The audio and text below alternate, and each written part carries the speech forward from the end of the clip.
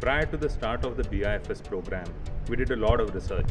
As part of that research, me, a couple of our board members, people who are leading this program at the institute, we met leaders from across the industry. So we met people from the Big Four, we met people from Big Four auditing firms, we met people from banks, we met people from new age banks, IT companies doing a lot of work for the entire BFSI space.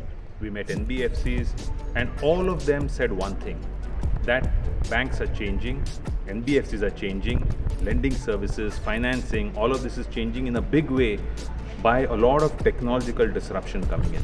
You already know that digital is the big thing in many businesses. Banking has been at the forefront of it.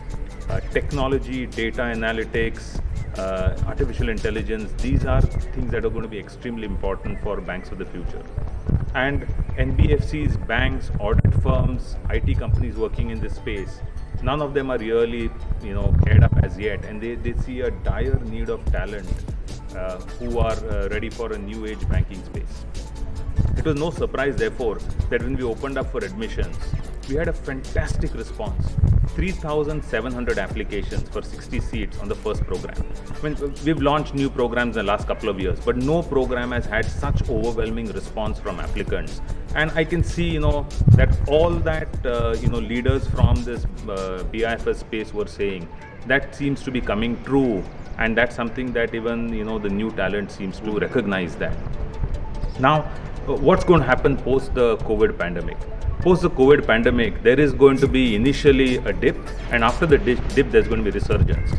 My personal feel is that financing, even today, if you look at everybody in industry, they're talking about liquidity being a major crunch, restructuring of organizations being a major crunch.